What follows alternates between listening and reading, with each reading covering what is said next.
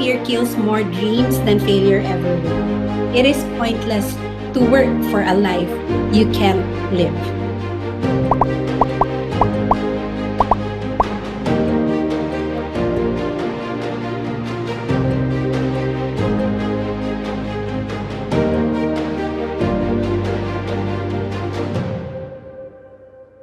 Ayun. So, sige. Before I started with Film Life, I'll give you a short recap of my background, no? Mhm. When I was in college, I took up mass communications, no? Kasi ayoko ng numbers. Ayaw niya sa numbers, pero nasa insurance industry ka. I took up mass communications. After graduation, I applied to all sorts of industry. Nagmamadali akong magkaroon ng trabaho. You know why, Makoy? Because when I was in college, we had a crisis in the family, no? My mother had a mild stroke and my father Oh. died a few months after that. Ayun, malaking crisis yun kasi nagki-question pa kami, makakatapos ba kami magkakapatid or hindi, no? As we go through that journey, talagang hirap na hirap kami. We've experienced parang transferring houses dahil hindi na kami makabayad ng rent until such time na iniiwan na lang namin yung gamit namin kasi yun na yung bayad namin. And the only thing left with us are our clothes that we had to carry. No, parang yun na lang yung ari-arian talaga namin. Tsaka yung mga transcript of records, yun lang. The Tough first yun, that yes, very talaga, Makoy. I wouldn't want any to undergo what I have experienced. And first to respond naman sa application ko, syempre magmamadali ka magtrabaho noon para pwede kang Maka-earn na agad. bumangon. Yes, Yes. 'di ba? Mag-change na ang life mo, mag-change na ang life story mo. So the first that accepted me is eto na nga, pagiging teacher. That's going to be shown in the next slide. So masayang maging teacher, Makoy, to see young children learn from you, and then now that they're all grown ups, looking back at them and they still call me teacher, and then to see them grow and some of their decisions that were shaped somehow by you, parang masarap siya sa pakiramdam ng isang teacher, no? Too bad, I am not an education graduate, although I have units in education. So I had to leave, no? Kasi at that time, wag na nating bilangin kung anong year yun, ha? At that time, kailangan let passer ka pagka-teacher ka. Yes. So, Yes. yun. Sabi ko, ayoko na mag-aral. Parang nagtatrabaho na nga ako eh. Mag-aaral pa ako ulit. Parang ngayon pa lang ako unti-unting bumabangon. So, I want to continue earning, no? Para makuha ko talaga, ambisyosa kasi ako, Makoy. So, yun, sabi ko, I'll go back na lang to my first love. First love ko rin pala, after all, si mass communication, di ba? So, I went and applied to Bigfoot Entertainment. Pero may anak na ako nito, isa. So, I started working as a production assistant. So, talaga, yung pinakamababang level talaga, no? Production assistant, and through the years, rose through the ranks, no? I became part of the management team at 28, no? I made very important decisions at that time already for the growth of the company and for the betterment of the company. So, parang bata, diba? So, but I winged it, no? Thankfully, kasi pag nagtatrabaho naman ako, I always give it my 110%, no? Because of my experience in the past, no? The pay was really good. Masayang-masaya mag-production because I learned a lot from mentors, no? Bigfoot Entertainment here in Cebu is known where a lot of foreign mentors come in. Parang from Hollywood pa talaga sila galing, no? And then mga artista, I get the chance to work with actors and actresses, local or international. You'll see on the next slide si Estella Warren. I don't know kung kilala pa ito ng mga audience natin kasi medyo hindi na siya millennial, no? So I got a chance. And here also in this company, I was able to experience shooting a music video in Hong Kong. Parang napapatravel na rin ako ng company. No, parang so it's a happy job talaga. Yeah. At that time, Makoy, parang pag naririnig ng iba na, uy, Bigfoot ka, parang everyone wants to apply to this particular company. No, here in Cebu. I don't know, I think in Manila even, because we have students sa film school side na coming from Manila and ended up working in ABS-CBN and big production companies in Manila, no? Yeah. So, yun na nga. So, masaya talaga siya, and it is here that I was able to experience also na nilaban ko yung documentary na hinawakan ko sa Singapore, no? Although I Oh, did not wow. win, I made it big then. Yeah. So, 'di ba? Parang ikaw, if you were in my position, you love everything. We call each other on a first name basis. Kahit may-ari ng company, kahit CEO ng company, parang first name basis kami lahat, magkakaibigan kami lahat. It was really the best workplace already for me. But you know, the thing with production naman, Makoy, syempre meron din siyang downside, 'di ba? Yeah. I got pregnant with my second child, but I had to change priorities kasi mama na ako, 'di ba? Dalawa pa sila. So, Bigfoot is located 15 kilometers away from where I live, no? Oh, wow. So, Malayo. Oh. yes, I had to wake up early and then come home late, no? Meron pa kaming days when we had to shoot, no? I think you can see it on the next slide na 16 hours. Why does it happen? Kasi mahal yung rent ng equipment, 'di ba? So kailangan sulitin siya. Dito ako natutong mag-morning the night. No? So parang yes, and then may weekends pa napapatawag ka ng boss mo kasi may naisip siyang biglang gusto niyang gawin na project, no? Parang I have a good idea. Like, can you come over? On call, 'di ba? Syempre, hindi ka naman pwedeng mag-say no, 'di ba? Kasi parang inaasahan ka nga and you are in that position, no? Although I can come home early if I want to, but I cannot do that all the time because I am employed. Yeah. So yun, I had to leave kasi it's so hard for me, Makoy, that I leave the house early in the morning, tulog pa yung bagong panganak ko. Pag uwi ko, tulog ulit siya. We didn't have time to bond anymore. And that's the most painful part for me, no? Kasi here's a job that I love so much, but I didn't want to parang sacrifice naman my time with my family because children grow up in the blink of an eye. So yun, I left and then sabi ko mag-put up na lang ako ng aking small foot. Nag-put up ako ng aking sarili production company, no? And you know, Sean has mentioned, no, when you put up your own business, you'll have troubles, you'll have failures, you'll have a lot of questioning. Bakit ko to ginawa, 'di ba? There are days where maganda ang kita and there are days na walang-wala talaga. And you have to go through that all over, no? Pero hindi mo naman 'yun mafe-feel kasi parang dinadala ko lang kasi sabi ko, ito yung hiningi ko eh. Ito yung gusto ko. Nababalance ko na yung I can decide na half day lang ako mag-work ngayon and then half day much more flexible this time. Yes. Yeah. Definitely. So, yun, masaya na ako. But for sure there's a big but right there, yeah. Yun na nga. Siyempre, paano ko bubuhayin yung mga anak ko? And then, yun na nga, nagkaroon pa ako ng third child, no? Nahabulan pa ng isa. So, I was invited here to Film Life, no, Makoy? And so, akala ko naman, ini-invite ako for them to inquire for me to make a video or a production for Film Life. So me naman, I want to extend my network. So I attended and listened. Sabi ko, network din to, di ba? But my friend was inviting me pala to join Film Life. So yun, listen lang ako. And then sabi ko, baka after nito, mag-uusap kami about a possible project for me and Film Life. Again, I wasn't looking. Kasi di ba nga, okay na yun. Yun yung hiningi ko eh. Yun yung pinlano ko for my life, di ba? For me, that was the perfect setup already, 'di ba? Marami kasi akong racket din at that time. So, yun. You know, Makoy, when I decided to jump ship, hindi ko naman iniwan yung business ko. I said, I'll try this part-time. So, I divided my time. So, ganun din ang nangyayari, no? Kasi parang dinivide ko yung occupation and parang dinivide ko si PhilAm and then business plus family. So, sabi ko, kaya ko to.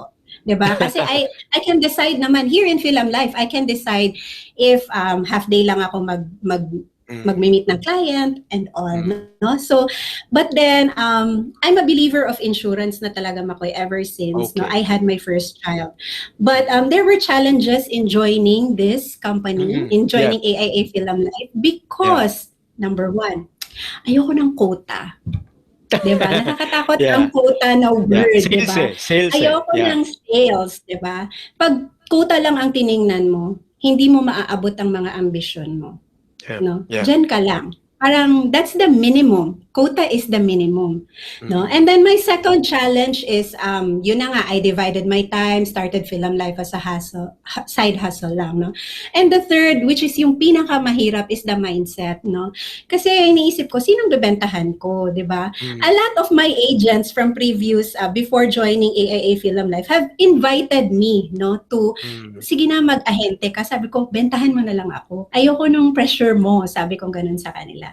Our culture here in the Philippines doesn't look at financial advisors the same way as engineers, Yeah, doctors, definitely. businessmen.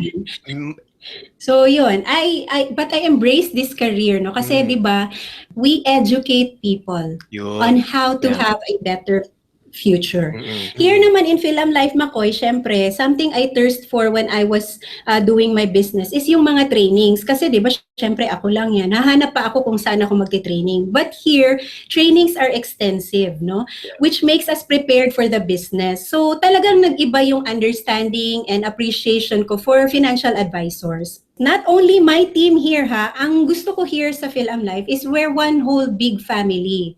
No, Mm-mm. the feeling of family here is very evident. Like not only am I facing my team all the time, but I have smaller groups also. In the next slide, you will see like we come from different agencies. So iisipin mo, ha, Wow. magkakaiba silang agencies, Yeah. pero bakit magkakasama sila, 'di ba? Because Film Life once in a while brings us all together.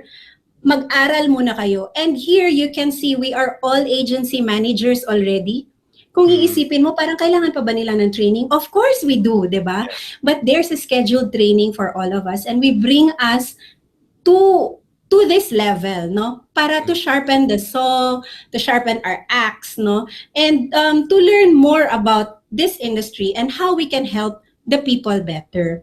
No, so eventually Makoy, I closed my business na rin and I focused full-time with Film Life because I saw na pag binigay ko sa kanya lahat ng time ko, kaya ko palang ma-earn yung earnings ko with the business and Film Life. And then, nakakatulog pa ako ng mas maaga.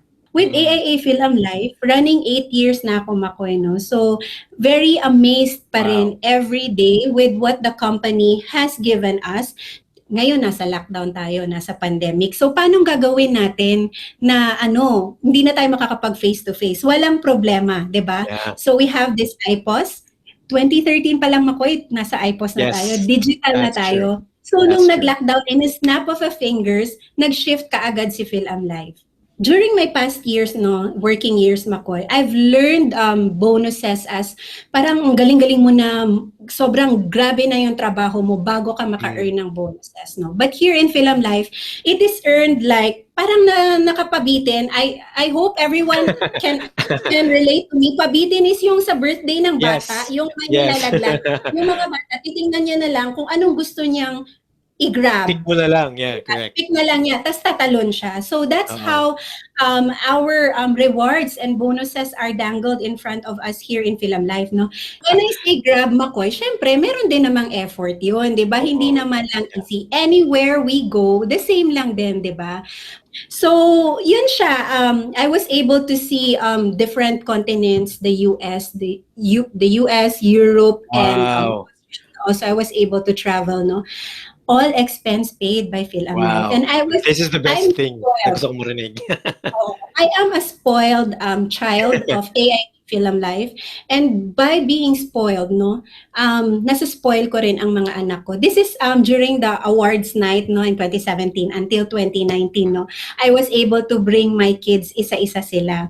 So, yun, meron akong freedom. Naka 5-star hotel pa tayo niyan, ha? Pero hindi Oo. kami shared with other awardees. So, na-enjoy din namin. It's like our bonding time at the same time. Yeah. So, ako, gusto ko siyang i-achieve so that I have bonding time with my Yeah. children.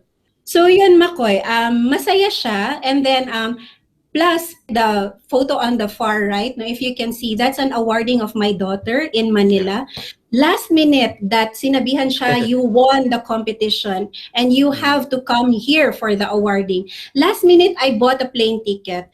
If I were in employment, kailangan ko pang mag-file ng leave. Hindi ko pa Yeah. alam by the time I Kahirapan. leave the office kung approved ba siya or hindi, Yeah. 'di ba? So, yun, I have that freedom here in Film Life. So, kaya nga, pag bakasyon ng mga bata, I can also tell myself na, okay, let's go on vacation all together. Ako na Wow. nag-a-adjust. Yun. Wow. The nice part or the part that I love so much, no, that Film Life gives to us is they send us to this not only to travel, no, but there's also a free conference that we get to Mhm. join. And ako kasi, Makoy, I really value travel kasi it's learnings na hindi natin nakukuha sa classroom. Ika nga, Yes. not all classrooms have four walls, no? Ibang klase ang Yeah. education na nakukuha natin when we are in Yes. particular culture. So, yun, True. ever since, yan talaga ang gusto ko para sa mga anak ko, para nakikita nila na yung autumn is a season that is very colorful despite, Wow. despite death. Kasi sa sobrang lamig, 'di ba, namamatay yung mga dahon. But before they die, they turn very colorful first. Wow. So, yun, 'di ba? Yun lang, Makoy. And then, yan, ang dami na nilang na-travel sa 8 years ko here in Film Life. Sabi ko nga sa'yo, spoiled Swerte ako naman. here. So, spoiled ko rin ang mga anak ko. Sana all. No? And ako, I'm happy that your kids are experiencing etong mga na-experience sila, and parang siguro on behalf of your kids, thank you for doing this sa kanila, no. Malaking bagay talaga yon, lalo na bata pa sila and they're still in their formative years. Miss Leica, we wanna ask you more. Ano pa ba yung mga real life stories na pwede mo pang maibahagi sa amin, no? But in the interest of time, I would have to ask you, no, a final message for our guests listening right now. What can you say, no, sa kanila this morning? All right. Final message. Thank the person who invited you today. You know why? They saw the potential in you to succeed in this business. I don't want to sugarcoat it. May struggles dito, may tears din dito. Pareho lang kung kahit saan tayo magtatrabaho. Like in any But other businesses. Yes, but the difference is the person who invited you to listen today saw the potential in you, and that's your parent in this industry. All you have to do, no, is to submit and be obedient to that parent, because that parent will see you through your success. Today, everyone here, no, is given the chance to listen to the same opportunity that I listened 8 years ago. I let you know na takot akong mag-take ng leap sa Film Life. I am a single parent po. No? Oh. But being a single Makes it parent, tougher. I was able to send my children to international schools. Wow. And I was able to bring them to travels without a single centavo from my ex. No? So kung nakaya ko, natakot ako nung nag-umpisa ako. Paano pa kaya kayo, 'di ba? I told you, there's someone who will hold your hand and guide you through this business. So yun lang, just remember that fear kills more dreams than failure ever will. And I'll just leave you with the reminder, no, that, you know, it is pointless to work for a life you can't live. So that's it, Makoy. And It I is hope pointless to work for a life you cannot live. Yun lang ang gusto kong iiwan sa inyong lahat, and I hope to see you here in Film Life soon. Join us and have the power to change your story.